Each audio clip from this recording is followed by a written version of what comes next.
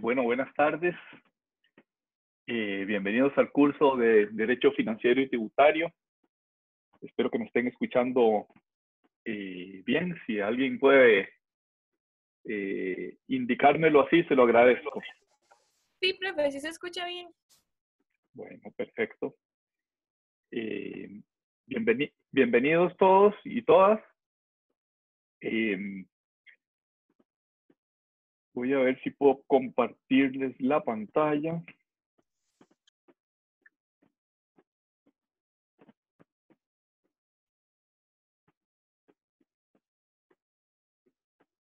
¿Ven bien la pantalla? ¿La ven completa? Sí, señor. Ah, bueno, perfecto.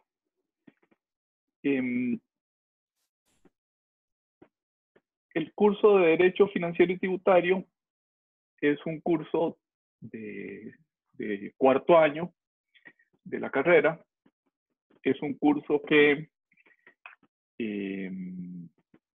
hasta no hace mucho era solo curso de Derecho Tributario.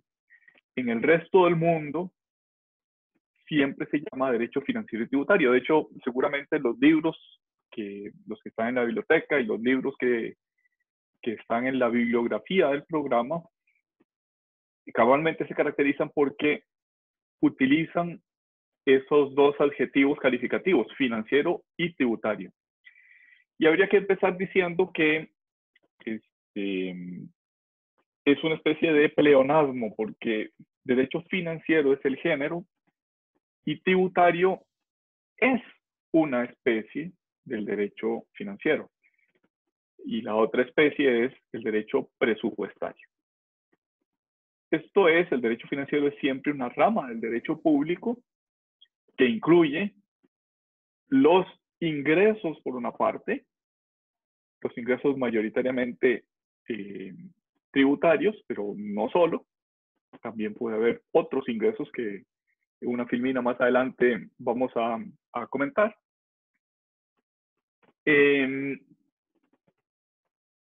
Y esto es esa parte de los ingresos es lo que suele llamarse el derecho tributario, pero hay también una parte que es la parte de los gastos, la parte de la hacienda pública volcada a la ejecución de las tareas que le tiene encomendada la Constitución, que se llama derecho presupuestario.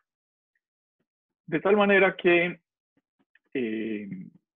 decíamos que en Costa Rica no se suele dar por separado derecho financiero y tributario.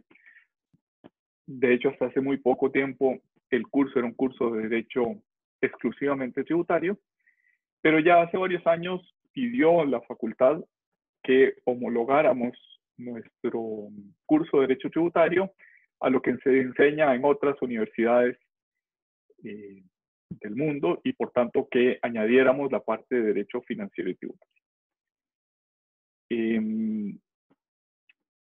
Para la modificación del programa de estudios se incluyó dos cursos, uno por cada semestre, Derecho Financiero y Tributario 1 y Derecho Financiero y Tributario 2.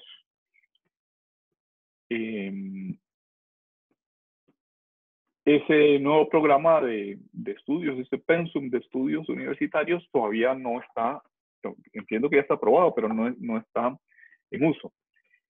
Y por tanto, dijéramos, lo que sucede en este curso es que de alguna manera están comprimidos 2 semestres en un solo semestre. O sea, si ustedes tienen la sensación de que vamos a ir a revientacincha por el curso, pues es una sensación verdadera, que tiene su origen en que se han comprimido 2 semestres para impartir esa materia en un solo semestre, añadiéndole la parte de derecho financiero, que no la tenía, y algo al final que son los tributos en particular, que son 2 de ellos, los más importantes de nuestro sistema tributario, a saber, el impuesto sobre la renta y el impuesto al valor agregado. algunas consideraciones sobre el curso virtual. Me parece que no es exagerado decir que los docentes, y entre ellos me cuento, no estábamos capacitados para impartir cursos de manera virtual. Es decir, hemos tenido que hacer un aprendizaje a la carrera, sobre la marcha. Yo no sabía utilizar Zoom en marzo de este año. Y como la ignorancia es atrevida, ahora di el primer semestre el curso completo por Zoom, aparentemente les gustó a los alumnos, y como uno no aprende de sus errores, estoy dando este segundo curso, también por Zoom y también utilizando lo más que se pueda la plataforma de mediación virtual de la Universidad de Costa Rica. Es decir, el aprendizaje, tanto para los docentes como para los alumnos, ha sido intensa, inesperada, fuerte. Hemos aprendido a los golpes. Yo al principio tenía serias dudas de si el programa era adaptable o no era adaptable. Ahora creo que lo es. Me parece que el tema de las evaluaciones es uno de los que requiere mayor adaptación. En concreto, bueno, vamos a hablar dentro de un ratito de las evaluaciones. Y una de las limitaciones es el acceso, bueno, de los profesores. Aquí en la filmina dice los alumnos, pero también de los profesores, a recursos tecnológicos. Y en el caso de los alumnos, no todos tienen dispositivos, no todos tienen ancho de banda. A veces ese ancho de banda hay que compartirlo entre varias personas en la casa. De tal manera que una de las experiencias del semestre pasado fue tratar de grabar las clases, tratar de grabar el video, y después subirlo a YouTube, y desde YouTube a la plataforma Metix. De tal manera que el curso, si bien es sincrónico, empieza a las 11, perdón, a la 1, disculpas, empieza a la 1 todos los días que hay lección, los lunes y los jueves. También puede recibirse la clase asincrónicamente, accediendo a la grabación en mi canal de YouTube, y voy a intentar ponerlo también en Metix. Esto de alguna manera intenta paliar esos problemas de ancho de banda y de dispositivos que puedan tener los alumnos, para que puedan escuchar la clase a otras horas, o también puede servir para repasar alguno de los temas. Hay que decir que ni la clase por medios tecnológicos, ni la grabación de la clase, ni las filminas, que también estarán en la plataforma, sustituyen las lecturas. Es muy importante que ustedes lean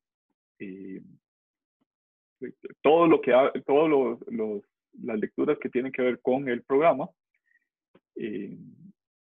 Hay un manual, o mejor dicho, hay varios manuales, y se recomienda adquirir al menos uno de ellos, o bien tener acceso a ese manual desde la biblioteca de la facultad. Yo a lo largo de los años he ido regalando algunos de esos manuales a la facultad, para que la facultad tuviera libros de nuestra materia. Y es importante que hagan lecturas sopesadas, lecturas lentas, asimilando lo que de manera muy superficial se podrá decir a lo largo de cada clase. Hubo que hacer adaptación a fechas, y yo diría que más bien en este caso deberíamos decir adaptación a horarios. Este curso normalmente tenía lugar a las 11, y como solo se imparte en el primer semestre, me pidieron que lo impartiera extraordinariamente en el segundo semestre, lo que estamos haciendo a partir de hoy, y eso pues impuso que se cambiara la hora a las 13. Espero que no se duerman mis alumnos por la marea alcalina después de almorzar. o que no estén en el caso de que todavía no hayan almorzado, deseando que se acabe la clase para ir a comer alguna cosa. Hubo que hacer adaptación de los exámenes. Los exámenes son diferentes a los cursos que estábamos acostumbrados a impartir, y me imagino ustedes acostumbrados a recibir. En el semestre pasado me dio buen resultado y pretendo repetir en este nuevo curso que los exámenes sean a través de la plataforma METIC. Esto es, que haya una base de datos robusta en la plataforma y que el propio programa escoge preguntas de esa base robusta de tal manera que los alumnos, en el plazo de un tiempo dispuesto para rendir el examen, pues puedan contestar esas preguntas. Hemos recibido indicaciones de la facultad y seguramente las seguiremos recibiendo más adelante. La universidad está empeñada en que los profesores seamos buenos alumnos de las modalidades de educación virtual. Nos han puesto diversos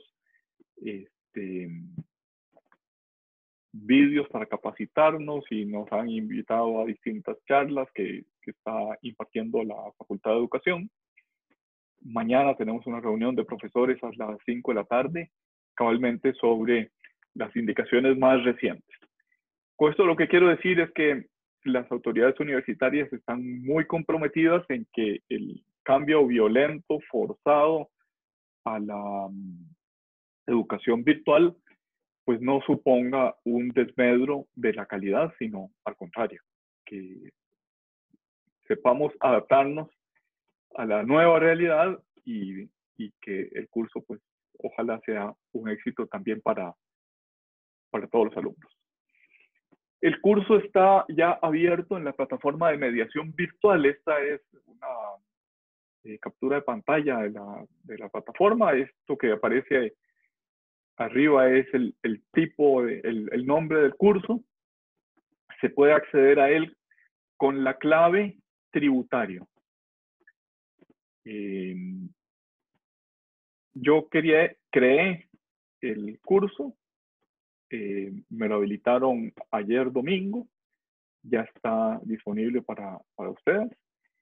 Me tomé la libertad de inscribir a los alumnos que aparecían en matrícula, pero si hay alguien que está inscrito y que no debía estar inscrito, pues me parece que tiene la potestad de salirse de los usuarios inscritos.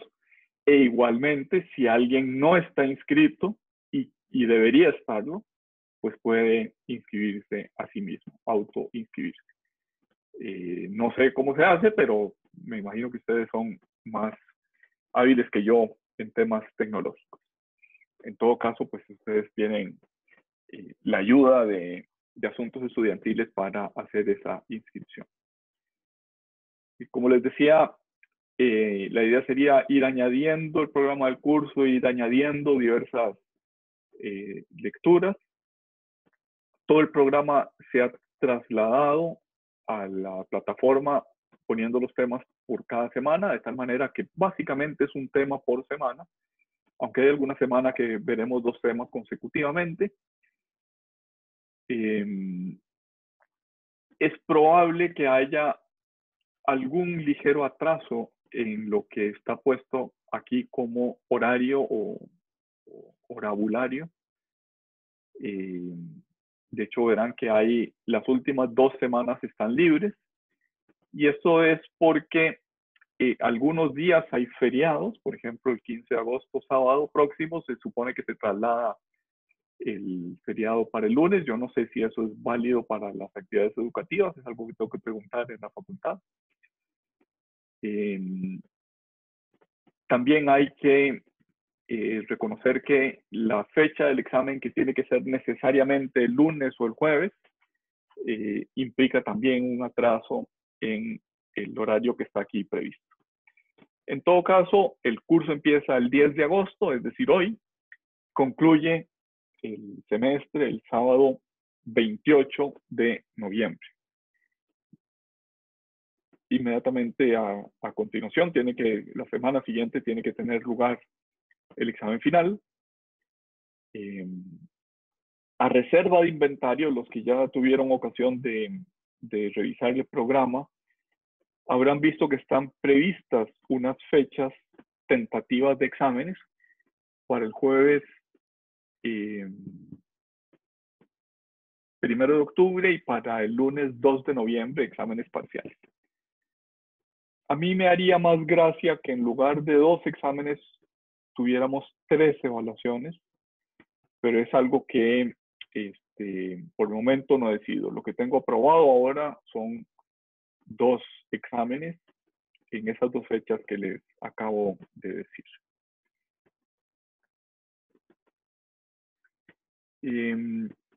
Voy a cambiar de pantalla para que veamos el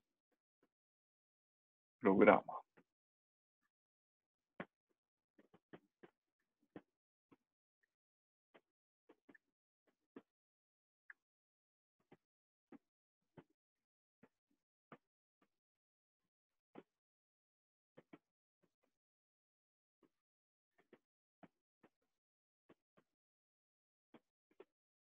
El programa tiene 12 objetivos, que es una barbaridad de objetivos.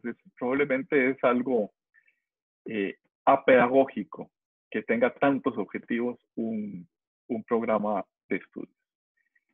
Ello es así por el origen de este programa, porque como ya les expliqué, se comprimió lo que en principio estaba pensado para 2 semestres, se comprimió para que cupiera con forceps en un solo semestre.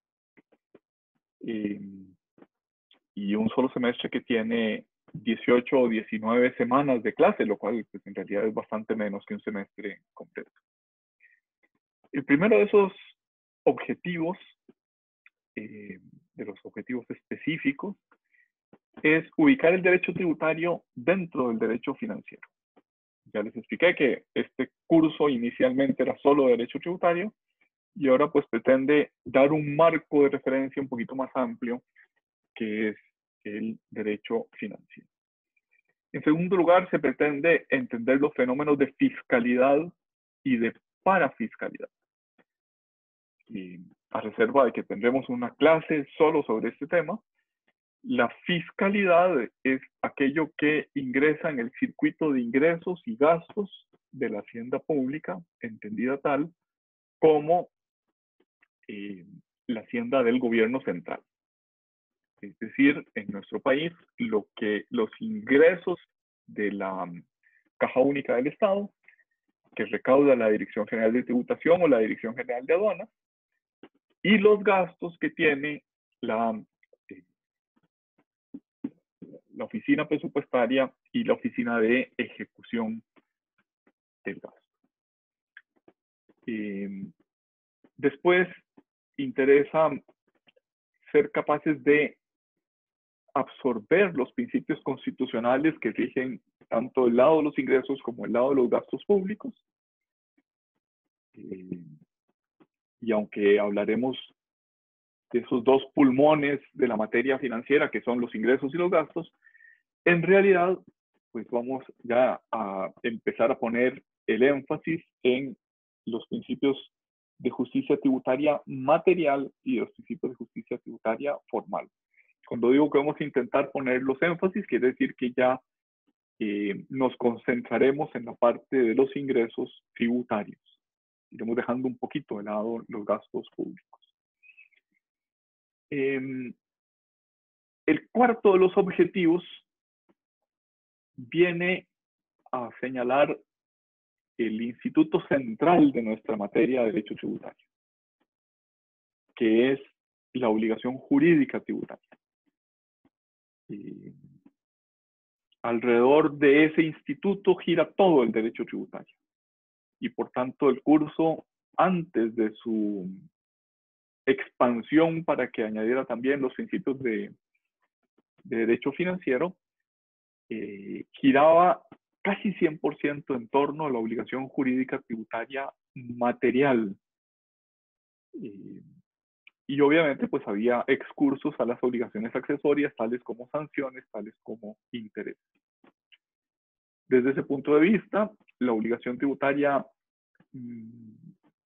material se estudiaba desde su nacimiento, desde el devengo, hasta su exigibilidad, cuando se vence el plazo, a quiénes sujeta, quiénes son los sujetos exentos, cómo se interpreta y cómo se integran las normas tributarias, cómo se aplican en el espacio y en el tiempo, cómo se determina la obligación tributaria, es decir, cómo sabemos el AN, que es una expresión latina que se escribe AN, y el quantum de la obligación tributaria. El AN es el ser de la obligación tributaria.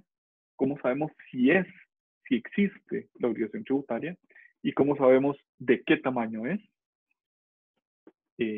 A continuación vemos el fenómeno sancionador, es decir, la imposición de multas, la imposición del cierre de negocios, e incluso hacemos una pequeña digresión en torno a los delitos penal tributarios. Intentamos también adquirir una visión panorámica, superficial, pero panorámica de las potestades y funciones de la administración tributaria, siempre en el marco de los derechos y garantías del contribuyente. Y finalmente, aterrizamos en lo que en otras facultades y en nuestra propia Facultad de Derecho, cuando se apruebe el nuevo Plan General de Estudios, se vería en el segundo semestre, que es los impuestos en particular, de los cuales en este curso veremos muy por encima, porque no habrá tiempo, dos de ellos, el de imposición sobre la renta y el de imposición al consumo, normalmente llamado impuesto al valor agregado. En la parte de integración e interpretación, veremos algo de los fenómenos de fiscalidad internacional, pero es lo cierto que fiscalidad internacional suele ser un curso completo en otras latitudes y pues a nosotros no nos va a dar tiempo más que de mencionar dos o tres cositas sobre la fiscalidad internacional. Bueno, me parece que me puedo saltar la explicación de cada uno de los temas que están en el programa y que ustedes pueden acceder a ellos con facilidad. Como les digo, ahí están previstas las fechas de los exámenes. De jueves 1 de octubre, pendiente de confirmación, el primer examen parcial, que incluiría los temas desde el 1 hasta el 5, ambos inclusive, del programa. El segundo examen parcial sería el lunes 2 de noviembre e incluiría desde los temas 6 hasta el tema 11 inclusive. Y el examen final, la fecha también está pendiente de confirmación, pero en principio debería ser o la última semana de noviembre o la primera de diciembre. Aquí dice el lunes 7 de noviembre, pero en realidad debería ser la primera semana de diciembre. Esto es un error de mi programa. Debería incluir todos los temas de todo el programa. Yo sé que a los alumnos prefieren ir cerrando puertas. Ya pasamos por esta puerta, vimos los temas 1 al 5, cerremos temas 1 al 5. Segundo examen vimos temas 6 al 11, cerremos esos temas, y temas 12 al 17 que fueran el objeto del examen final. Yo normalmente soy partidario de esa misma filosofía, pero entre las cosas que han estado mencionándonos en las charlas que hemos recibido de la Facultad de Educación, es que consideremos hacer un examen final comprensivo de toda la materia. que eso tiene muchas ventajas pedagógicas, tiene muchas ventajas de amarrar toda la materia en la cabeza del discente, y pretendo hacerlo así. Obviamente para esto debería tener la aprobación de los alumnos en primer lugar y la aprobación de la facultad en segundo lugar, porque sé que no es lo que se acostumbra. Si alguno quiere hacer comentarios sobre lo que llevamos hasta ahorita, se lo agradezco en este momento.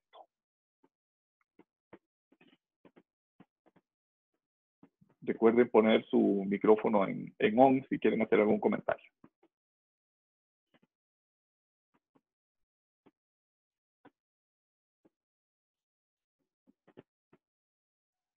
Por ahora todo me parece que está claro, profe.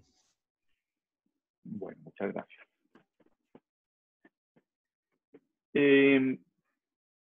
Vamos a intentar, digamos, la lección sería básicamente que haya una lectura asignada, o bien más de una lectura, por ejemplo, que haya algún tema de actualidad que tenga que ver con la materia que corresponde en el programa. Vamos a intentar que nuestro curso no sea solo de derecho positivo costarricense, sino que haga frecuentes alusiones a los conceptos doctrinales.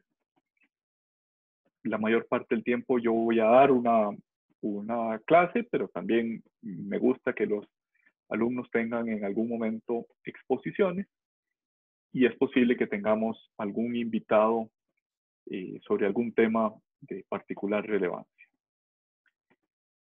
Es posible que hagamos o bien un caso, o bien una simulación de juicio, o bien alguna otra actividad, como podría ser pedir que elaboren una declaración de impuestos sobre la renta, si bien pues muy preliminar, porque solo tendremos los conceptos generales. Pero dijéramos que lo que interesa es que la estrategia de clases no sea solo el profesor diciendo lo que cree que sabe, sino también poniéndolo en práctica. Vamos a utilizar el entorno virtual oficial de la universidad, que es METIX, y también la plataforma Zoom, como estamos haciendo el día de hoy. Veo que hay 29 participantes, que creo que quizás me hace falta solamente uno en el curso de hoy. Y veo que hay algunos mensajes. Dice Juan Ramón que tiene problemas con internet y que si puede grabar la clase. Bueno, usted puede, y yo estoy pudiendo también. La tengo en grabación y la pondré más adelante. Ojalá que eso sea de utilidad.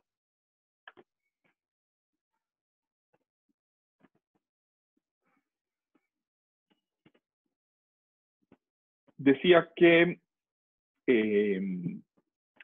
la plataforma Zoom permite grabar las clases y que lo vamos a intentar hacer. En algún caso, en el semestre pasado se me olvidó ponerle on a la grabación y nos quedamos sin la clase, pero pretendo que eso ya sea un tema superado en las próximas semanas.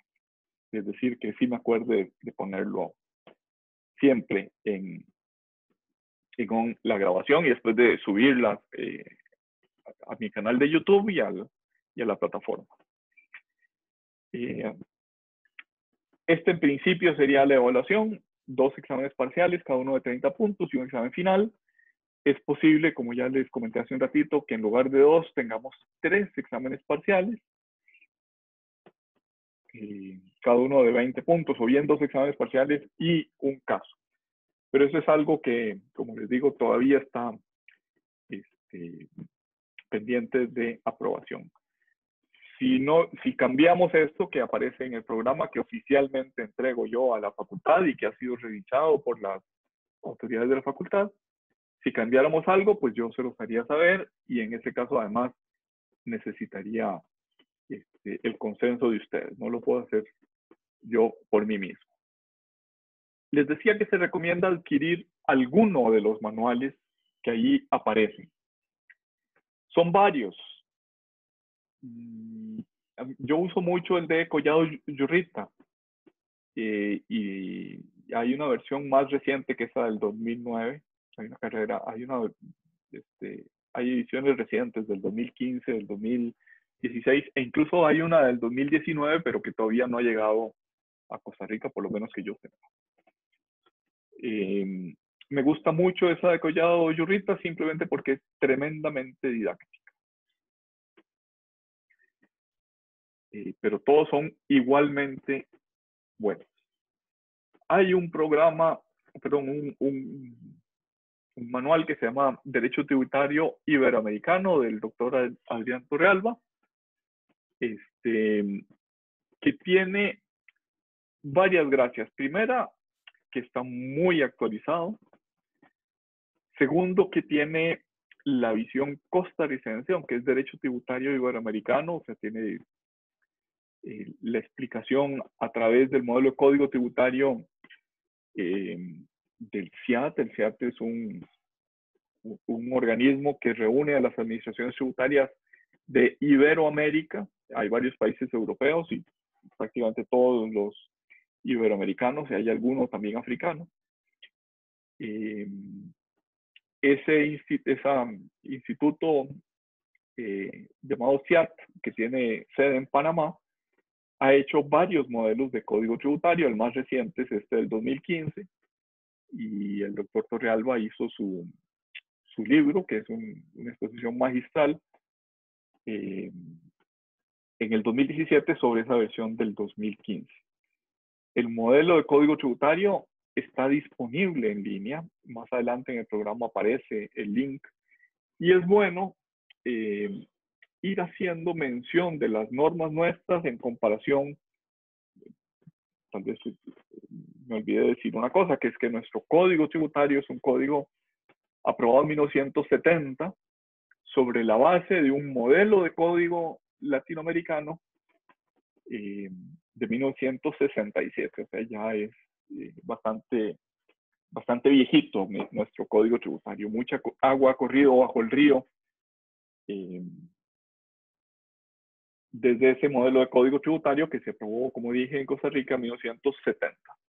En estos 50 años, pues el derecho tributario ha ido evolucionando, ha cambiado mucho, y por tanto, pues es una buena idea comparar nuestras instituciones con las de ese modelo iberoamericano que recoge lo mejor de la doctrina sudamericana, colombiana y argentina, y también lo mejor de la doctrina española y algo de la doctrina italiana.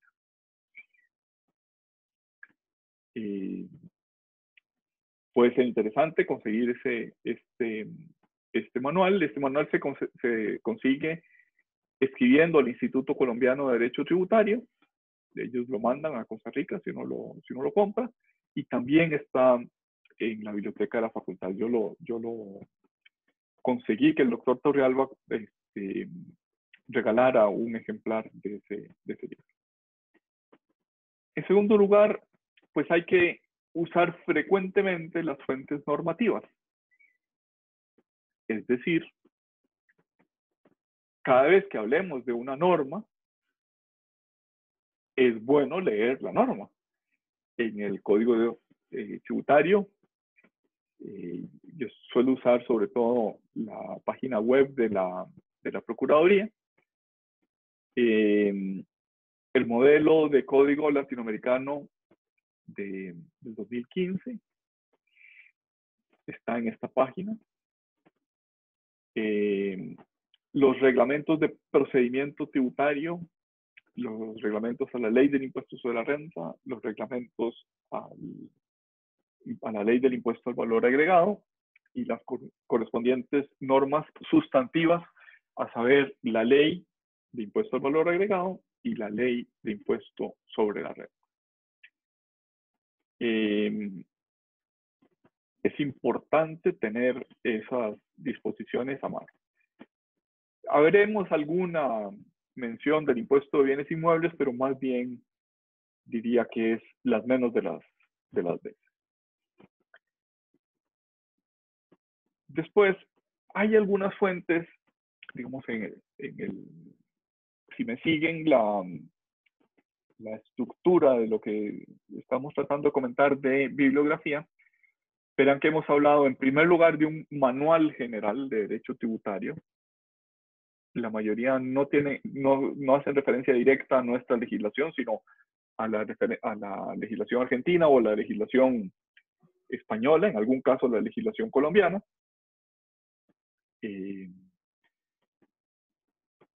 Pero vamos a complementar ese manual conceptual con las normas costarricenses. Y después algunos temas requerirán fuentes de información complementaria como estos que aparecen en el programa. El tema de principios constitucionales, el tema de debate sobre el sistema tributario costarricense en las fuentes que allí aparecen. Algo que es muy importante es el tema de los precios de transferencia, y esto será particularmente importante cuando hablemos del impuesto sobre la renta en Costa Rica. La parte que no es derecho financiero, sino que es derecho tributario, es decir, la mayor parte,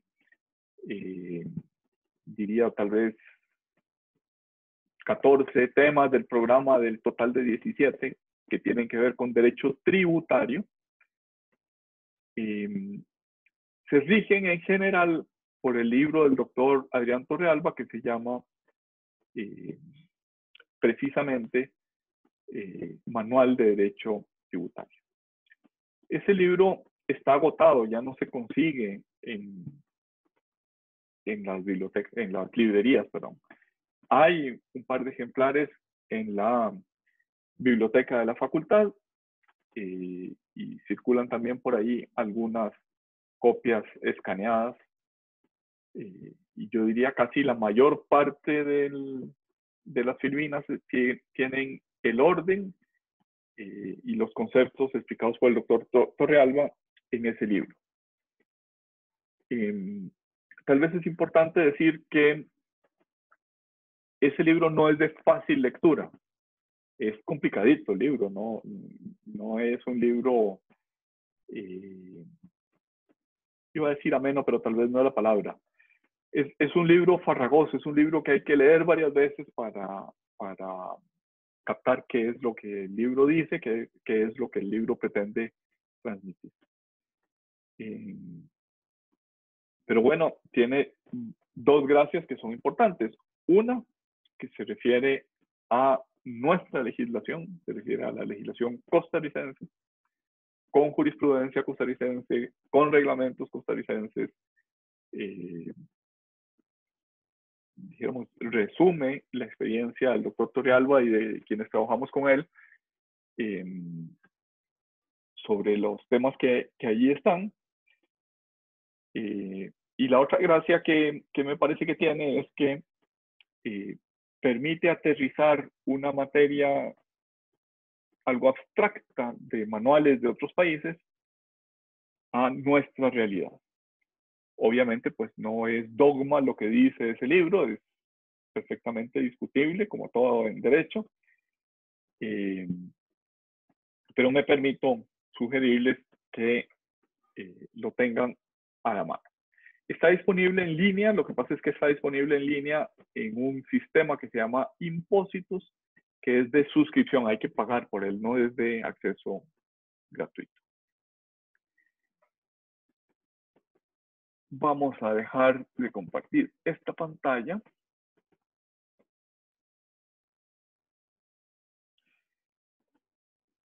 Y regresar a nuestra presentación.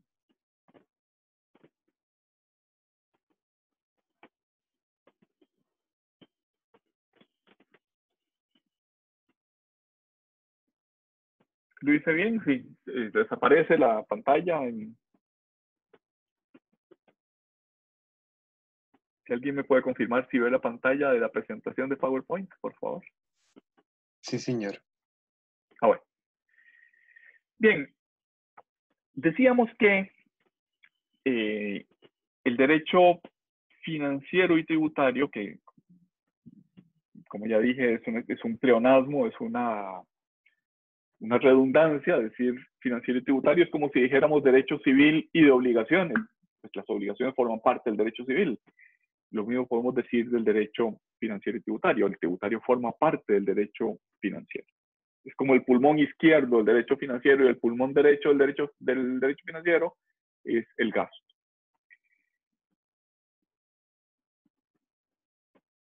Ese derecho financiero es el derecho que rige la actividad financiera del Estado.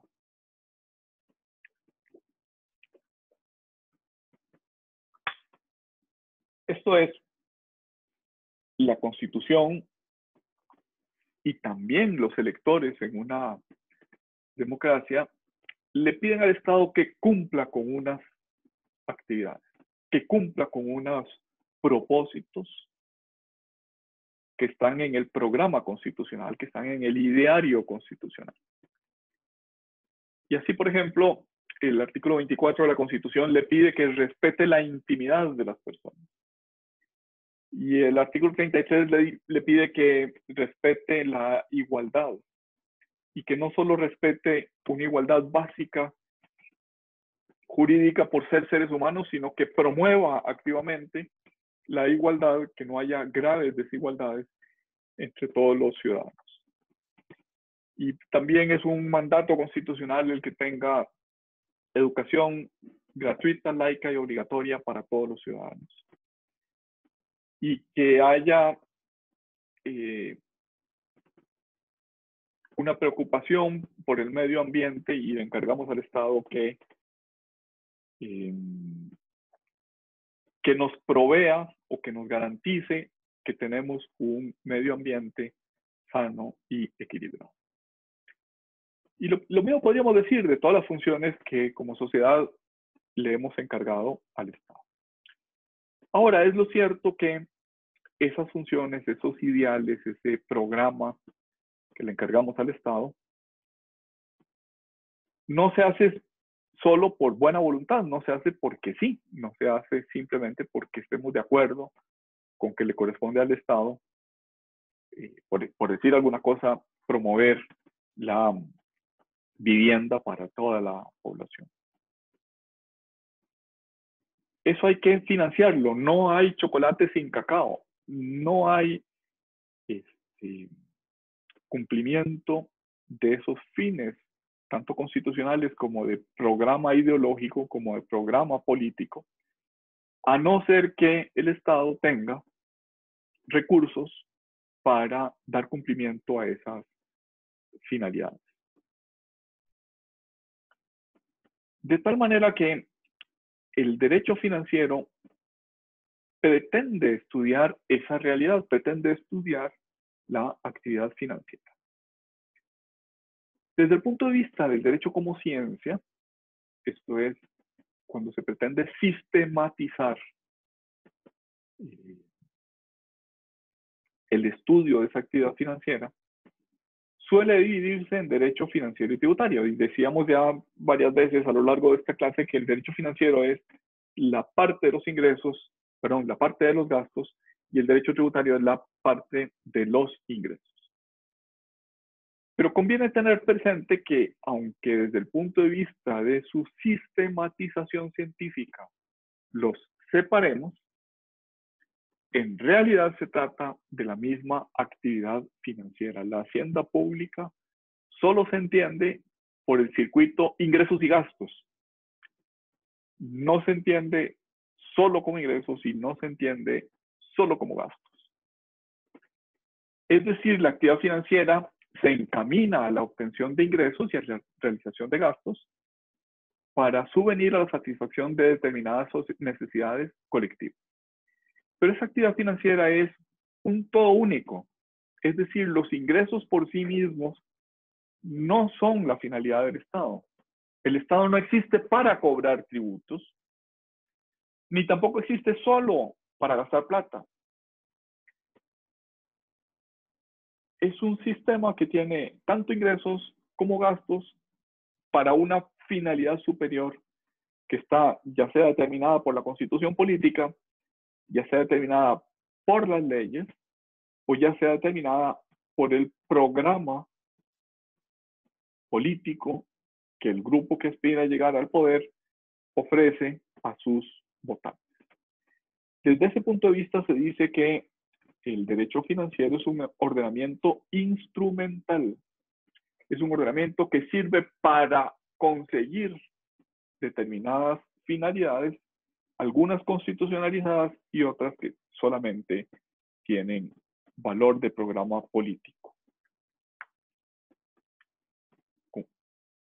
Obviamente, pues todo lo que está en la Constitución es un programa político.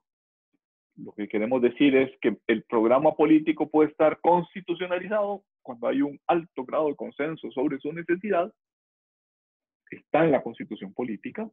Un ejemplo de esto podría ser la seguridad social, que el artículo 73 de la Constitución política constitucionaliza. Y también puede haber unas finalidades políticas que no están constitucionalizadas, sino que forman parte del programa del grupo político que aspira a gobernar, o mejor dicho, del grupo político que consigue gobernar y que quiere dar cumplimiento a ese programa.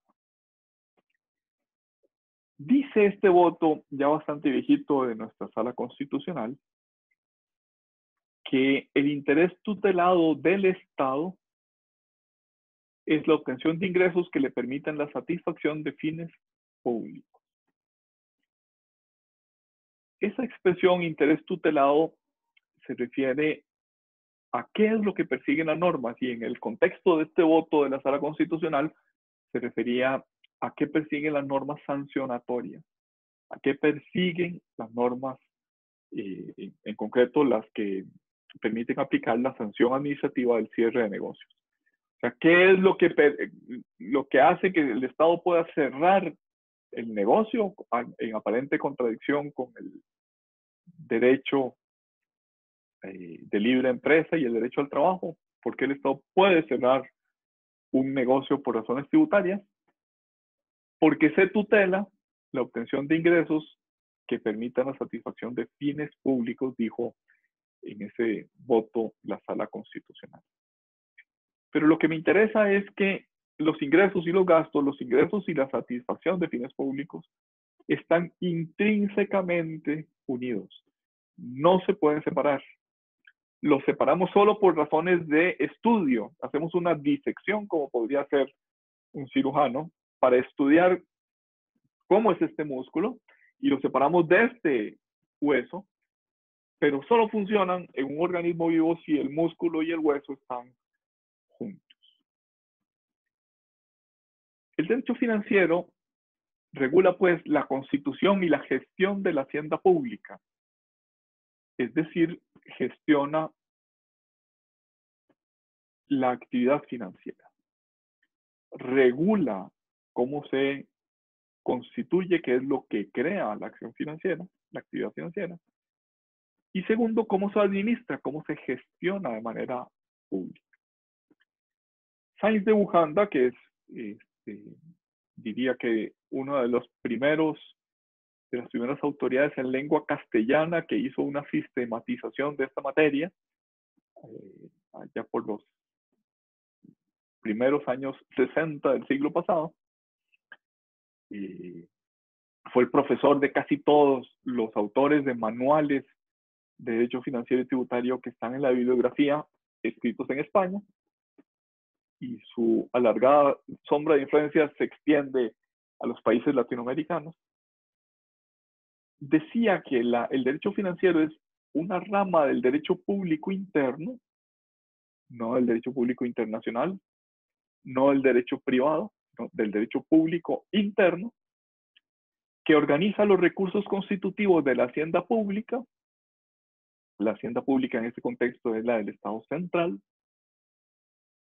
pero también organiza los recursos de otros entes públicos territoriales o institucionales. Es decir, es hacienda pública también, no solo el gobierno central en el caso de Costa Rica, sino también las municipalidades forman o tienen hacienda pública. Y en otros países que tienen otra organización territorial diferente, esa hacienda pública, por ejemplo, en los estados federales, los recursos de cada estado federado. O en el caso de España, de las comunidades autónomas. Las comunidades autónomas son un ente territorial que está entre los municipios y el gobierno central. O las provincias en el caso de Argentina. Las provincias argentinas son equivalentes a los estados federados en México, en Colombia, en Estados Unidos, o en el caso de los Land alemanes. Lo que quiero decir es que cada uno de estos entes, en el nivel más bajo, municipal, en el nivel intermedio, que no existe en Costa Rica, pero que sí existe en esos otros países, autonomías, estados federados, provincias en el caso de Argentina, o bien el gobierno central, todo ello, los recursos que utilizan y que administran cada uno de esos entes públicos territoriales, es hacienda pública. También es hacienda pública cuando el ente público no es un ente territorial, sino es un ente, a falta de mejor palabra, llamémoslo institucional.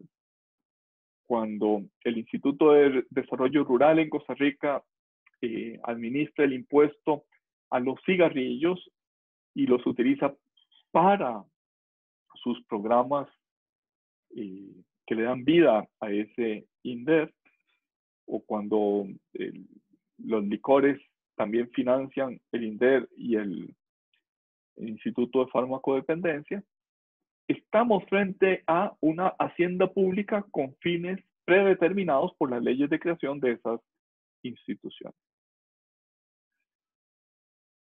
Podríamos decir, pues, que desde el punto de vista de la constitución de la hacienda pública, se organizan los recursos constitutivos de esas 3 haciendas públicas territoriales. En el caso de otros países, solamente 2 haciendas públicas en el caso de Costa Rica, porque aunque tenemos provincias, nuestras provincias son una simple división territorial, no tienen finalidades encargadas propias ni presupuesto propio. Eso desde el punto de vista estático. Desde el punto de vista dinámico, hay unos procedimientos para la percepción de los ingresos y para la ordenación de los gastos que se destinan al cumplimiento de los fines públicos. Dicho en otras palabras, la hacienda pública tiene institutos constitutivos o recursos constitutivos y tiene procedimientos. Los institutos son el punto de vista estático de la hacienda pública. Los procedimientos son el punto de vista dinámico de la hacienda pública. Y casi podríamos decir, no hay ningún ingreso, no, por poner algún ejemplo,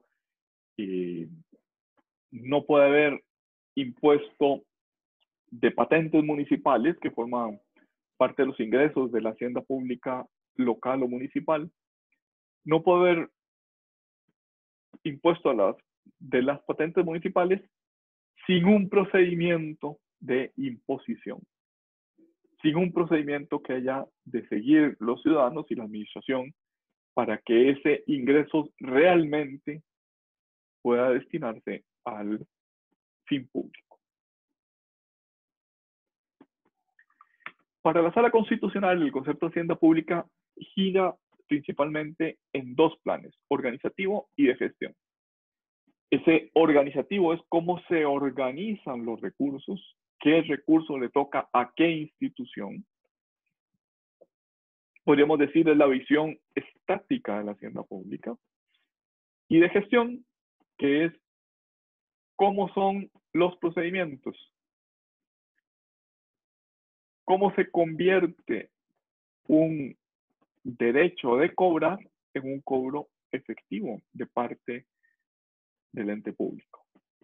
Y visto al revés de la misma institución, como un deber de sostener los gastos públicos se convierte en un verdadero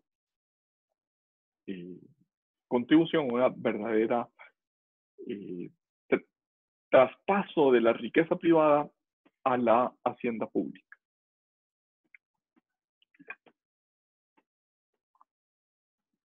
Dice la Ley Orgánica de la Contraloría General de la República: Hacienda pública estará constituida por los fondos públicos, las potestades para percibir y administrar, custodiar, conservar, manejar, gastar e invertir tales fondos, y las normas jurídicas, administrativas y financieras relativas al proceso presupuestario, la contratación administrativa, el control interno y externo y la responsabilidad de los funcionarios públicos.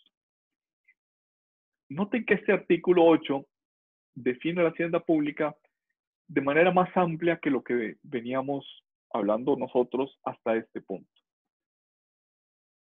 Nosotros hablábamos de organización y de procedimiento, de cómo se constituyen los fondos públicos. Y este artículo 8 de la Ley Orgánica de la Contraloría General de la República nos amplía para decir que también forma parte de la hacienda pública las potestades, el poder que tiene el erario público. También forma parte de las normas jurídicas, es decir, no es solo el instituto, la institución del impuesto, la institución del ingreso público, sino también las normas que lo regulan. Las normas relativas a la presupuestación, las normas relativas a la contratación administrativa, no es solo que gaste el Estado, sino cómo gasta, cómo contrata bienes y servicios el ente público, cómo se regulan o cómo se controlan esos contratos administrativos, esos ingresos, cómo hacemos para que no se malgasten, y cuál es la responsabilidad, hasta ese extremo llega, de los funcionarios públicos encargados de esa responsabilidad de cobrar y de gastar. Pasando al tema de los ingresos públicos son tributarios y no tributarios. Los tributarios obviamente son los que provienen de tributos, y nuestro Código de Normas y Procedimientos Tributarios distingue tributos en impuestos, tasas y contribuciones. Impuestos, tasas y contribuciones especiales. Pero hay que decir que no todos los ingresos públicos son tributarios. Hay ingresos que también son monopolísticos, es decir, cuando el Estado tiene un monopolio, los ingresos de ese monopolio se convierten en ingresos públicos. Así, por ejemplo, la Fábrica Nacional de Licores, va a parecer que estoy haciendo un chiste, pero no es un chiste, es una institución benemérita de este país, porque financió la guerra contra los filibusteros. Financió la guerra contra William Walker. Desde esa época viene la Fábrica Nacional de Licores. Quizás entonces se justificaba que hubiera un monopolio. Quizás al día de hoy ese monopolio ya no se justifica. E incluso podríamos decir hay una especie de conflicto de interés en que el Estado tenga un monopolio de los licores y al mismo tiempo tenga un instituto para luchar contra la dependencia de los alcoholes. Pero esto viene a cuento simplemente por cómo se clasifican los ingresos públicos. También son ingresos públicos los ingresos patrimoniales, es decir, aquellos que provienen del patrimonio del Estado. En nuestro país son ingresos públicos de esta naturaleza, lo que se cobra por acceder a los parques nacionales.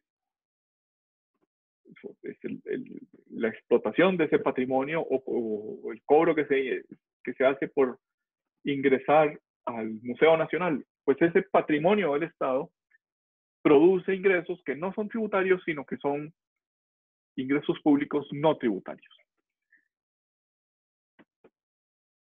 Irónicamente, también se llaman ingresos públicos a los crediticios, es decir, cuando el Estado se endeuda para financiar unas determinadas finalidades públicas, ya sea constitucionales, ya sea de programa político.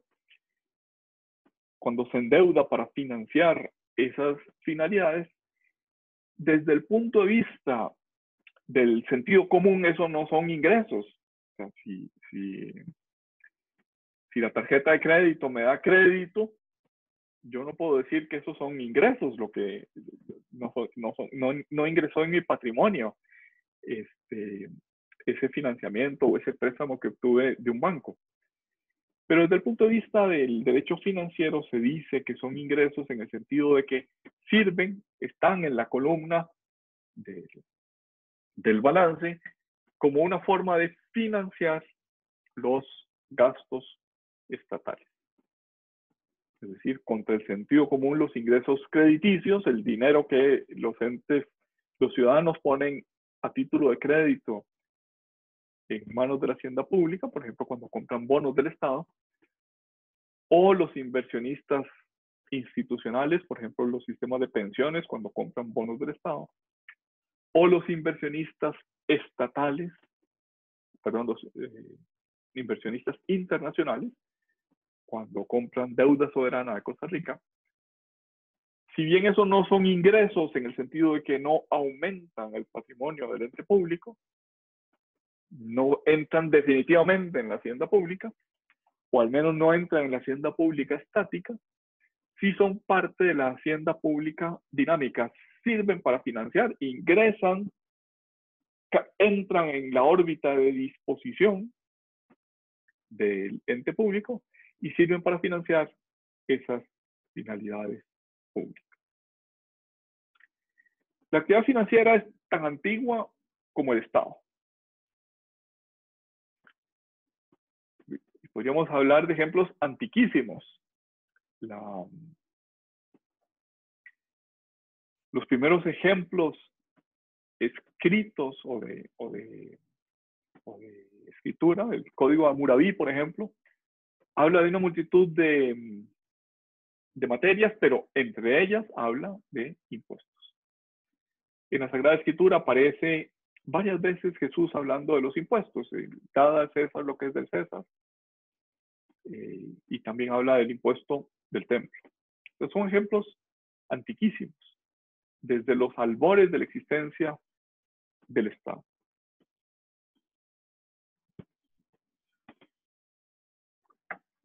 En tiempos ya un poquito más recientes, en la Edad Media, suele decirse que había escasa actividad financiera, esto es, no había una actividad financiera estable, una serie de finalidades que le habíamos otorgado al ente público.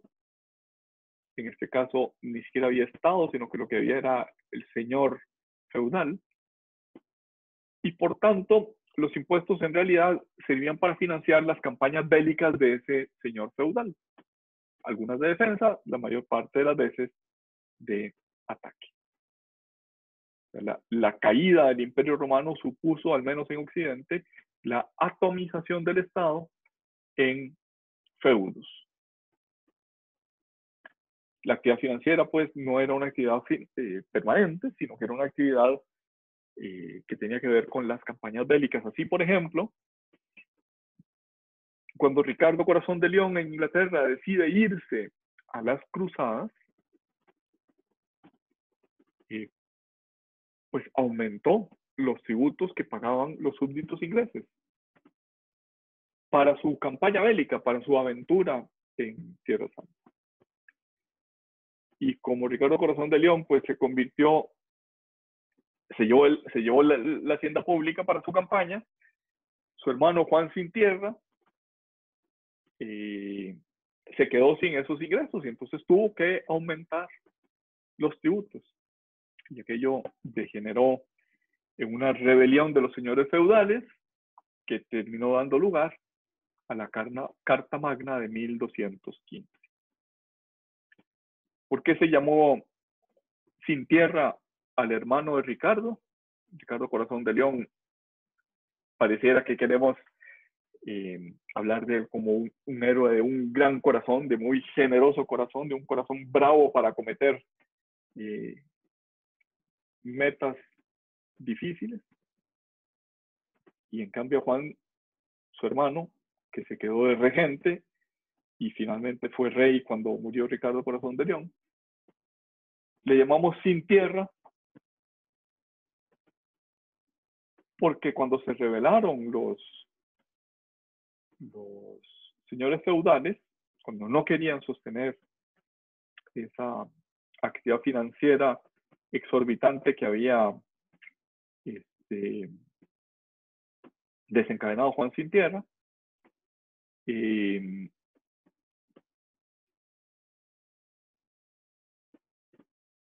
quiso quitarles por la fuerza sus recursos a los señores feudales, y los señores feudales acudieron al Papa para que los dispensara del juramento de fidelidad al rey. Es decir, que al ya no tener que cumplir con esa fidelidad, con ese juramento de fidelidad, ya no tenían por qué entregarle tributos feudales a Juan. Como el Papa en efecto les dio esa dispensa, Juan se quedó sin tierra, es decir, sin dominio de los señores feudales que dominaban la tierra. Pero noten que esa actividad financiera pues era una cosa mucho más limitada de lo que concebimos al día de hoy. En realidad no había Estado, lo que había era un rey que mediaba con su población a través de los señores feudales. En el Renacimiento declinan las instituciones feudales y empieza a haber estructuras más permanentes, empieza a haber estados más permanentes, empieza a haber ejércitos que no se armaban solo para una campaña bélica, sino que eran ejércitos permanentes, y empieza a haber funcionarios públicos que actuaban en nombre y con la actualidad del rey. Por tanto, hay un cambio radical en la manera de entender el Estado y en la manera de entender la actividad financiera. De esa época, es decir, del tránsito de la Edad Media al Renacimiento, todavía quedan algunos relictos, algunas consecuencias, así como en el ser humano queda el apéndice que nadie sabe para qué sirve, y que dicen que es consecuencia de la evolución del ser humano. En Suiza, los ingresos, los tributos, tienen que aprobarse anualmente. A diferencia de Costa Rica, que la ley de impuesto de la renta tiene 30 o 40 años, y bueno, pues ha ido modificándose con el tiempo, pero es el mismo impuesto, la misma ley del impuesto sobre la renta.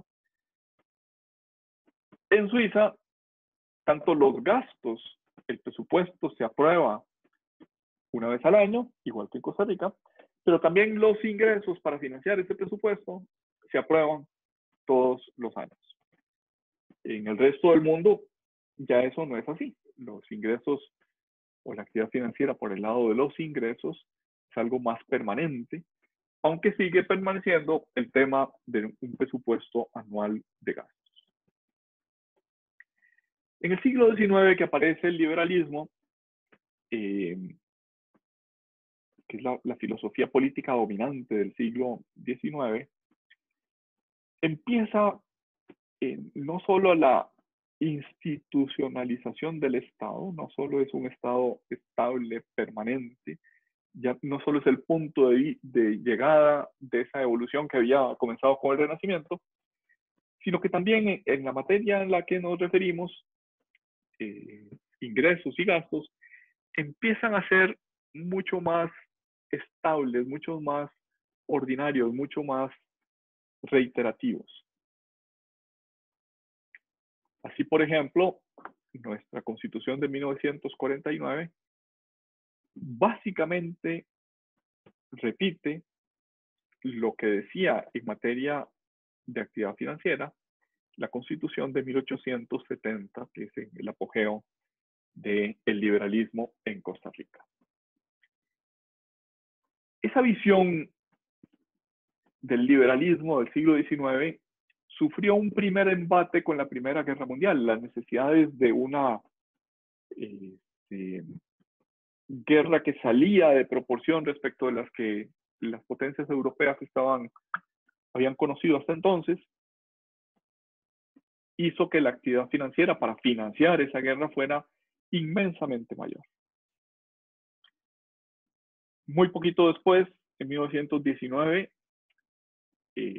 veremos que nace la República de Weimar en Alemania, que es especialmente importante para lo que vamos a decir. Si bien históricamente pues, fue una república fracasada, que no pudo evitar el crash de 1929 ni el ascenso de los regímenes fascistas en general y nazi en particular, esa república es particularmente importante para nuestra materia, para el tema del derecho tributario y su codificación.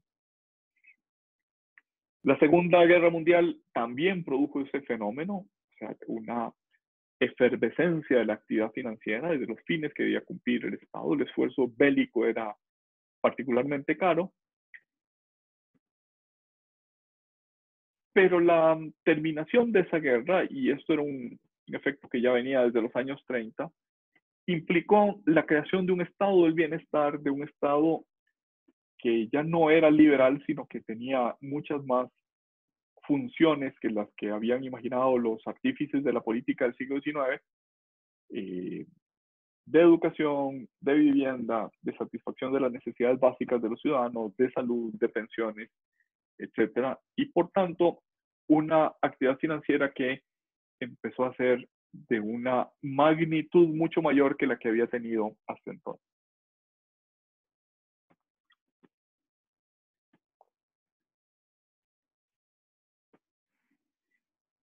El derecho tributario moderno decíamos que nace con la República de Weimar, con la ordenanza tributaria alemana de 1919.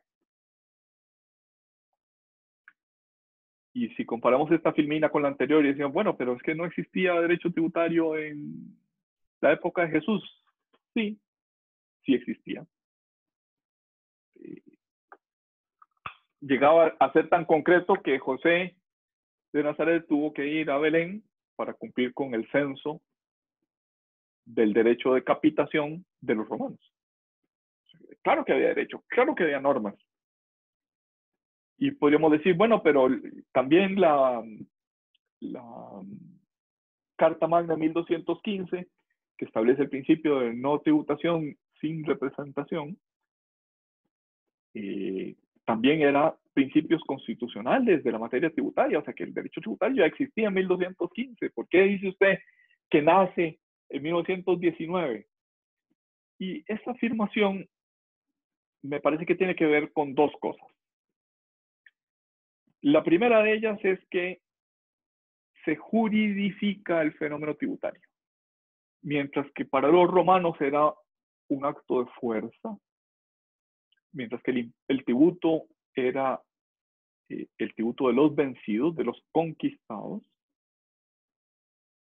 Era un mero poder de exacción del conquistador o del rey sobre sus súbditos. Y eso en 1919 se convierte en un fenómeno jurídico. Ya no es mera capacidad de extracción, ya no es solo fuerza, es el sometimiento de la fuerza a las normas. Esto, por supuesto, que no es enteramente nuevo. Cuando en 1215 la Carta Magna le dice a Juan Sin Tierra que él no puede imponer tributos por sí mismo, sino que debe contar con el visto bueno del Parlamento, en el cual estaban representados los señores feudales. Por supuesto que es un límite, por supuesto que es un límite jurídico, por supuesto que es someter la fuerza bruta de imposición a normas, en este caso, constitucionales. Lo mismo podemos decir de todas las constituciones. La Revolución Estadounidense de Independencia contra Jorge IV nace cabalmente por las 5 actas intolerables o las 5 leyes intolerables que el rey había impuesto a sus colonias, entre ellas el impuesto del té. Y lo que los estadounidenses decían era no taxation without representation, no puede haber imposición sin representación. Y el rey decía, bueno, pues sí, ese fenómeno, ese adagio que está en la Carta Magna 1215, aplica para los ingleses, pero no aplica para las colonias. Y por supuesto, con eso se terminó de enajenar la buena voluntad de los colonos ingleses en Norteamérica. Y cuando el rey se dio cuenta que estaba a punto de perder esas 13 colonias originales, eliminó las 5 actas intolerables, las derogó. Actas en inglés es casi lo mismo que decir leyes en castellano. Pero para mantener el principio de que el rey sí puede imponer cargas tributarias a las colonias sin representación en el Parlamento, sostuvo el impuesto del té, que no pesaba propiamente hablando, no pesaba sobre los colonos ingleses en Norteamérica, sino que pesaba sobre la Compañía de Comercio de las Indias Occidentales. Es decir, el impuesto no pesaba directamente sobre los colonos, sino sobre una compañía que teóricamente era una compañía del rey. Y dispuso el rey que lo iba a financiar el propio rey, la propia hacienda pública, el propio patrimonio regio. Solo por sostener el principio de que sí podía imponer tributos a las colonias sin representación en el Parlamento. ¿Y cuál fue la respuesta de los patriotas estadounidenses? Bueno, tirar las cajas de té al mar. Porque lo que estaba en discusión era precisamente el principio. No estaba en discusión el impuesto, estaba en discusión el principio, la juridificación de ese acto de fuerza. Todas las revoluciones independentistas americanas tienen un componente importante tributario.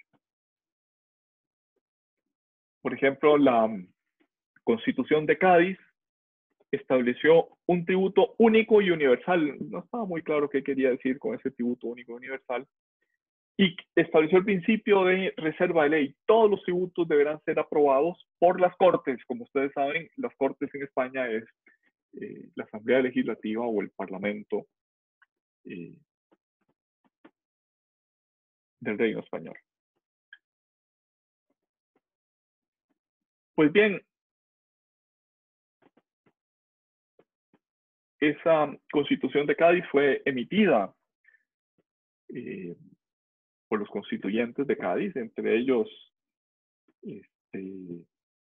don Florencio del Castillo, que salió de Costa Rica y que presidió esas Cortes de Cádiz. Del último rincón del Imperio Español terminó presidiendo esas Cortes de Cádiz.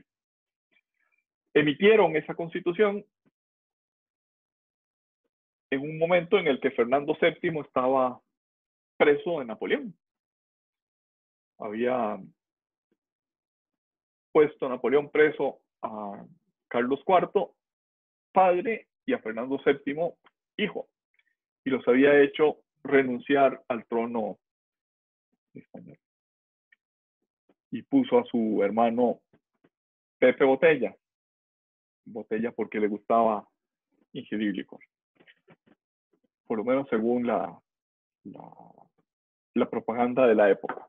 Para desconocerlo decían que le gustaba el licor.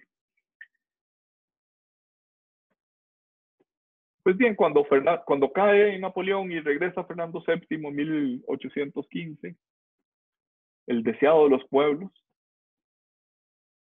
termina siendo un... Voy a cambiar de micrófonos porque creo que me estoy quedando sin batería.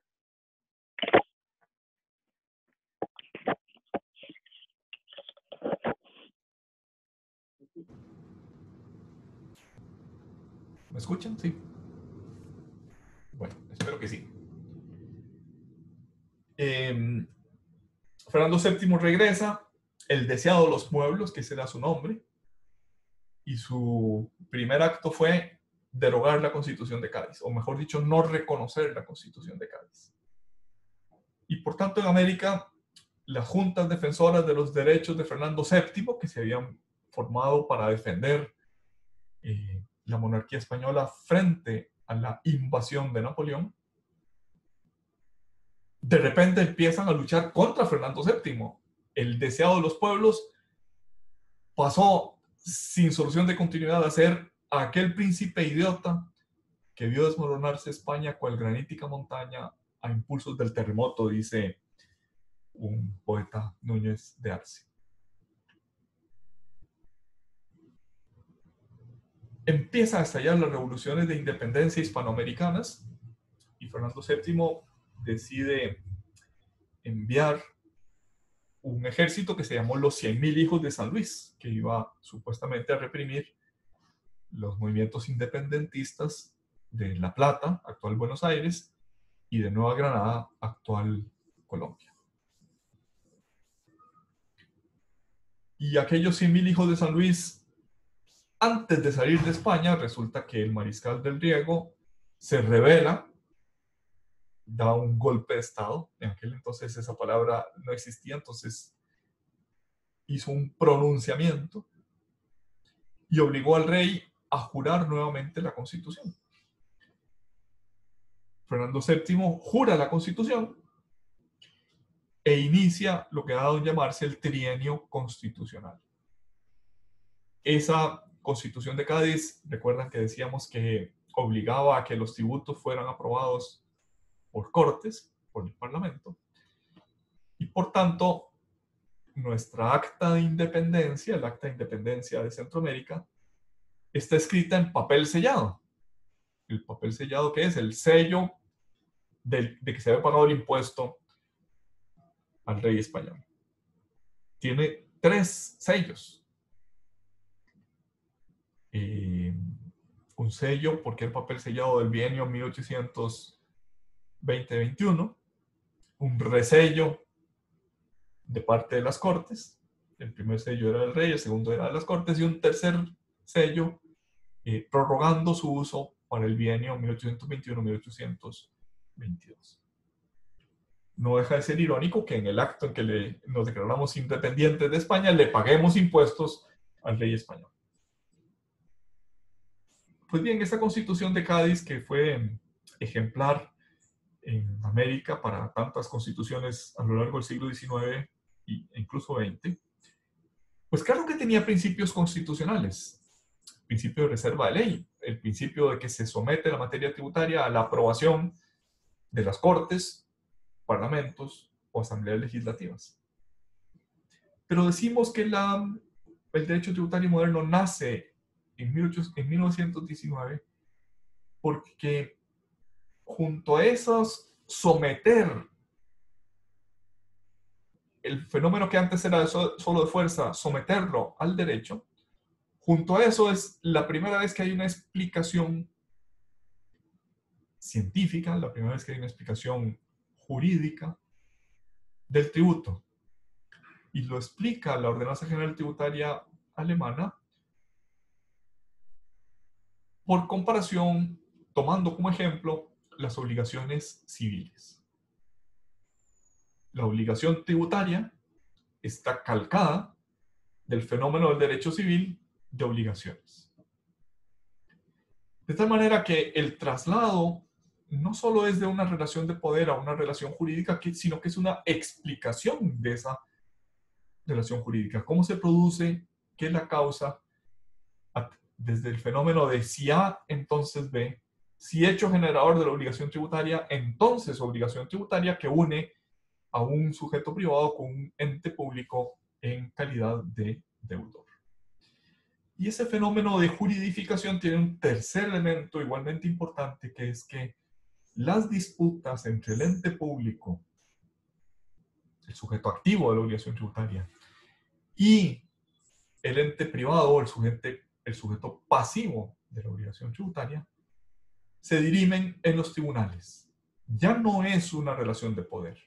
O mejor dicho, es una relación de poder. El Estado tiene el poder de imponer. Pero una vez que crea el tributo, esa relación jurídica está sometida al arbitrio de los tribunales en pie de igualdad. El sujeto pasivo y el sujeto activo están en una relación de igualdad.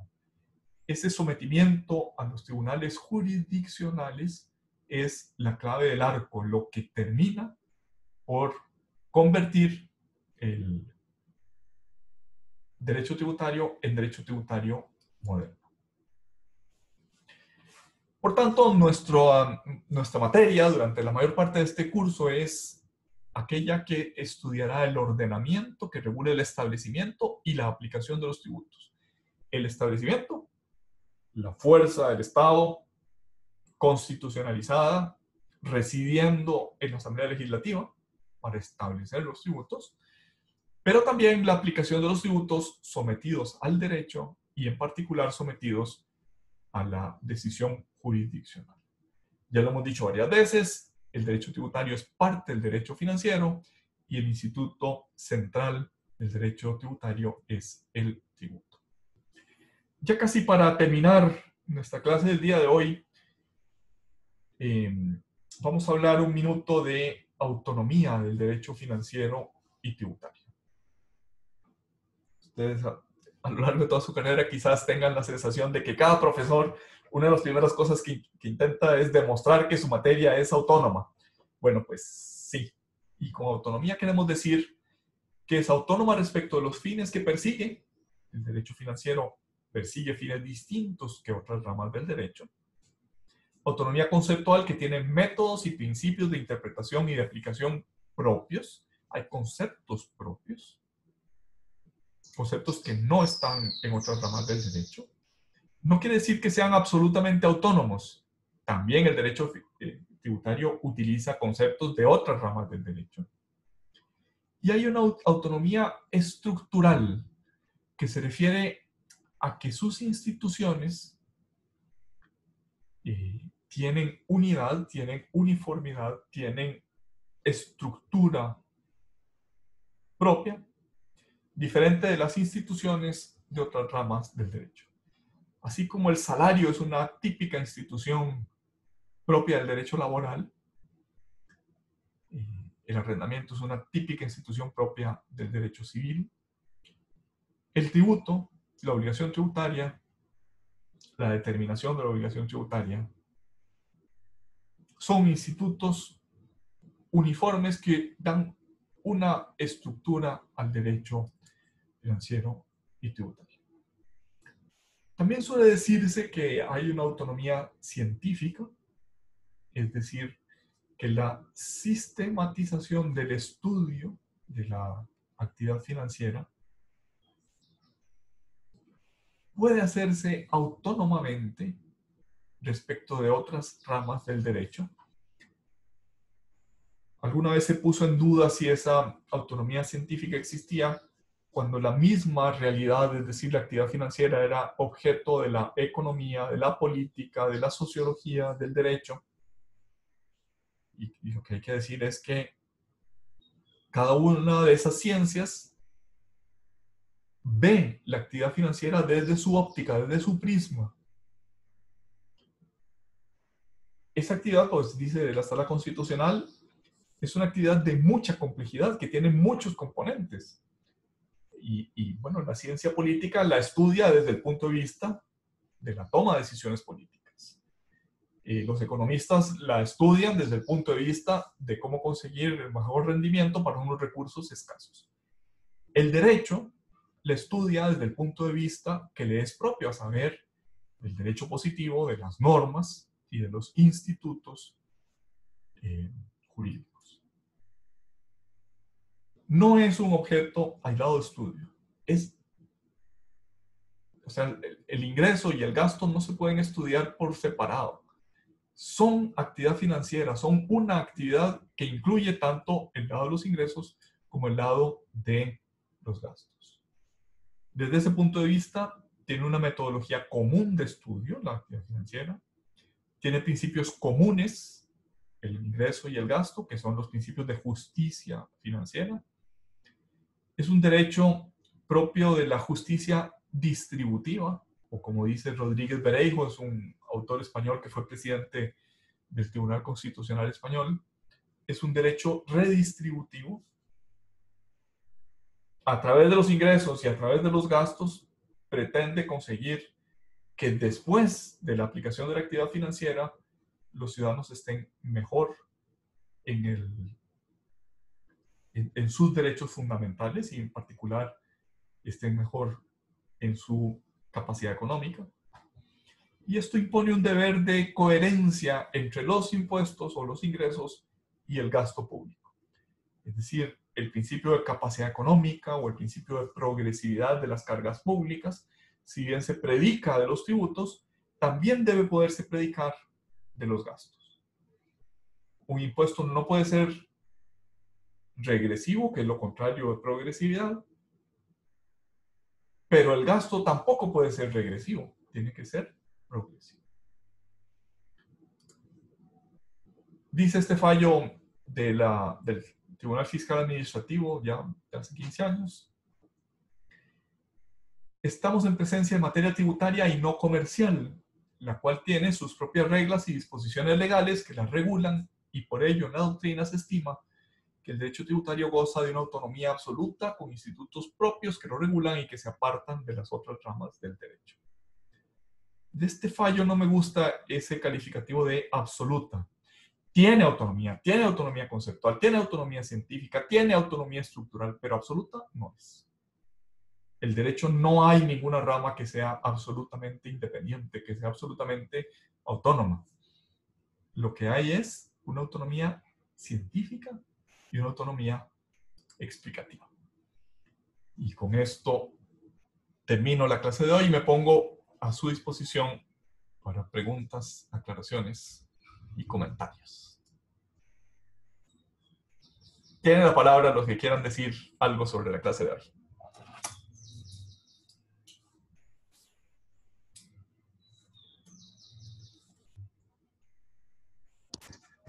Profe, bueno, yo iba siguiendo la clase porque tenía las diapositivas que usted había dejado en Metix, pero usted acá por Zoom no pasaba las diapositivas, entonces usted iba hablando por un lado, pero las diapositivas quedaron pegadas, entonces era un poco... Ay, no me digas. Yo tan Sí. feliz que estaba con mis diapositivas. Entonces sí, no le seguimos muy bien el paso. Bueno, bueno, ojalá que hayan quedado bien grabadas las diapositivas, el paso de las diapositivas. Y bueno, voy a intentar que antes de la clase estén siempre las diapositivas a disposición de ustedes, por si ustedes las quieren ir pasando desde su casa.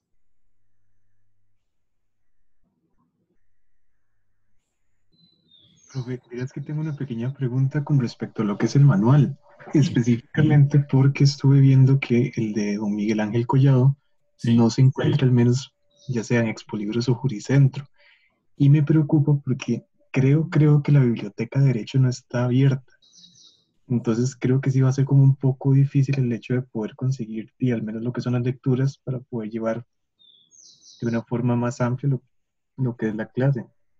Bueno, yo voy a intentar ponerles unas lecturas, si bien es bastante menos que lo que sería un manual, voy a intentar poner unos PDFs con las lecturas de la materia que nos toque ver en cada clase. Gracias. Con gusto. ¿Más preguntas o lo dejamos ahí por la paz mundial?